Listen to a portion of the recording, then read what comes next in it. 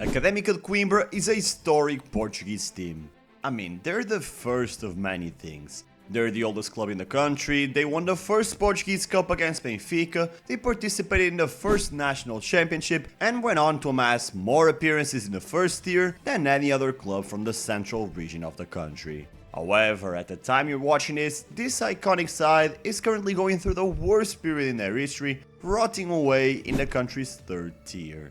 But how could they fall so badly? I mean, just a little over 10 years ago, they were beating the likes of Atletico Madrid, Porto and Sporting, and now they look destined to stay on that level. Well, today I'm gonna explain the reasons behind their downfall, the curious history of this student football club, and why it's hard for them to bounce back.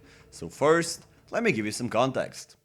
The Associação Académica de Coimbra was founded in 1887 as the result of a merger between Clube Atlético de Coimbra and Academia Dramática. Similarly to many other clubs, Académica didn't play football right from the get-go, but what makes them stand out is that they didn't begin as a sporting association, but instead as a students' union. You see, the city of Coimbra is notorious in Portugal for its academic tradition. Its university is one of the oldest in Europe, having been founded 735 years ago.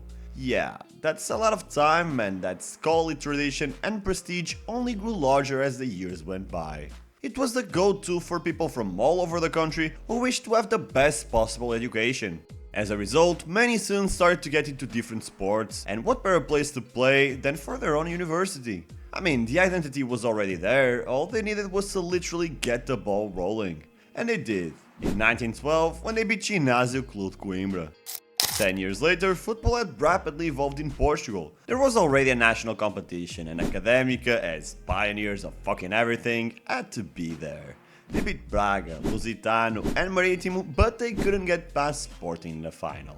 It might seem heartbreaking, but the students took it in good spirits.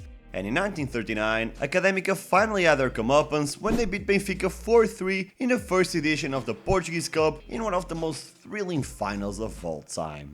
The celebration went on for days, and many neutrals started to claim that Académica had the most passionate fanbase in the country. It was understandable. After all, they were mostly young fans with a deep connection to Académica's identity that other clubs hadn't been able to forge among their supporters. That spirit lived on, and Académica continued to form a squad only with students from their university. And what's more impressive is that this was the late 60s. Benfica already had a golden generation in their hands, Sporting had already lived through their five violins era and were in another excellent period, but this Académica side that only deployed their own students still managed to fight for the title against Benfica in 1966-67, almost until the last match day. Many of those students would become notorious legends in Portuguese football lore, such as Tony, Artur Jorge or Augusto Rocha. But that's not all. That historic run would earn Académica the right to make their European debut in the first cup, where they beat Lyon 1-0 at home and lost the away game with the same result.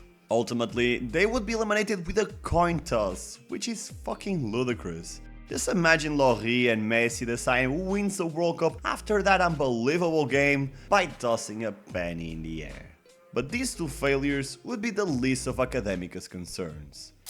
In 1969, Portugal was in a chaotic political state following Salazar's forced exit from power and the arrival of Marcelo Caetano.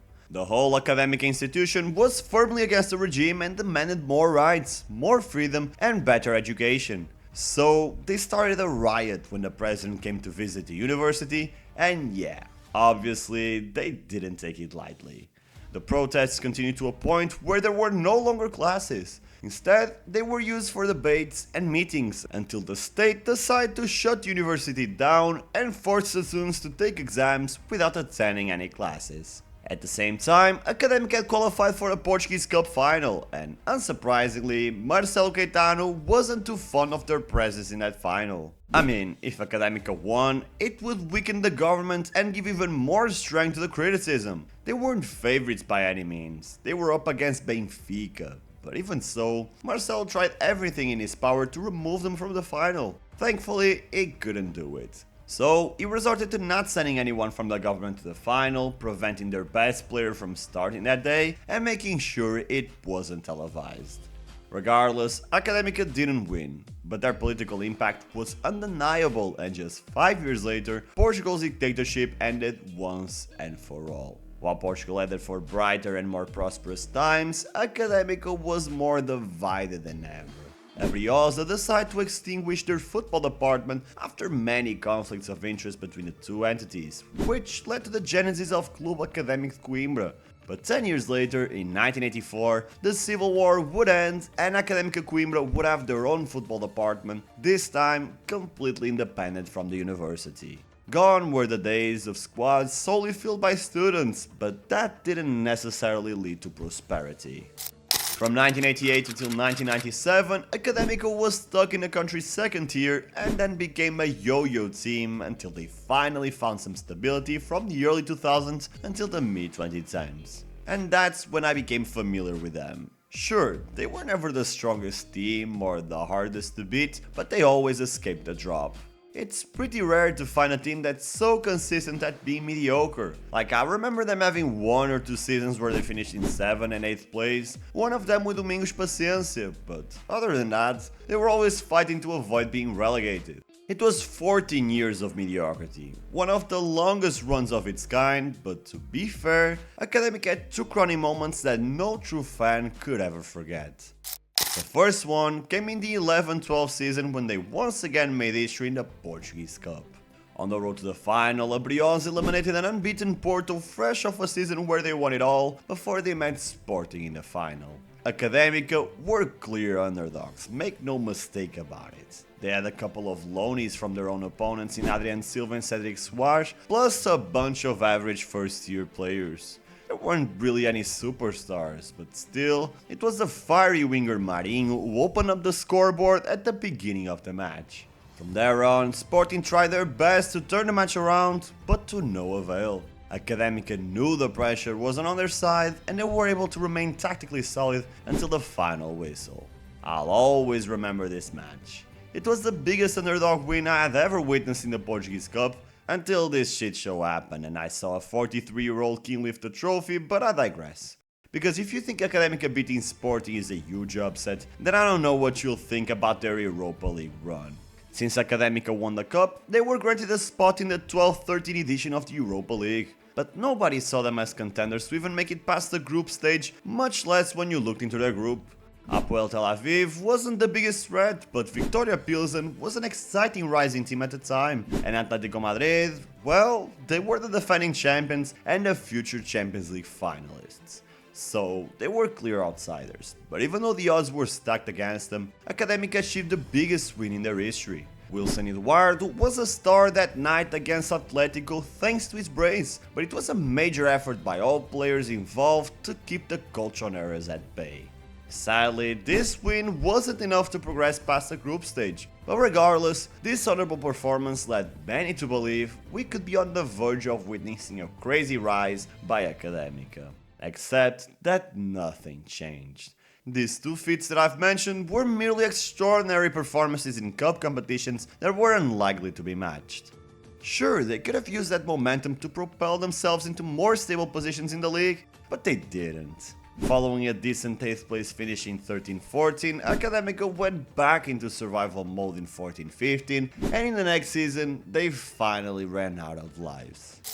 In 16-17, Académica played second-tier football for the first time in 15 years. Similarly to their past runs in the second tier, it was expected that they would quickly bounce back, but then one season became 2, then 3, then 4, then all of a sudden, Académica were having one of the worst performances in league history amidst a huge financial crisis that almost doomed them to bankruptcy. Gone were the dreams of playing among the elite. There were doubts they could actually pay the license to play in the 3rd tier, and to this day, they remain there. But why did they fall from grace? Well, I could tell you that their funds were poorly managed, and you'd have to accept that answer because it's the truth. But there's far more than what meets the eye in this case. First of all, Académica has a huge stadium built for year 2004 that, as you can imagine, is pretty hard to maintain and even harder to fill to a remotely acceptable capacity. Furthermore, remember when I told you they have one of the most vibrant fan bases in the country? Sure, that was in the 1960s, but they could have kept that cult following. Clubs such as Vitória, Marítimo and Boa Vista have managed to maintain theirs throughout the years, but elitism prevented that from happening.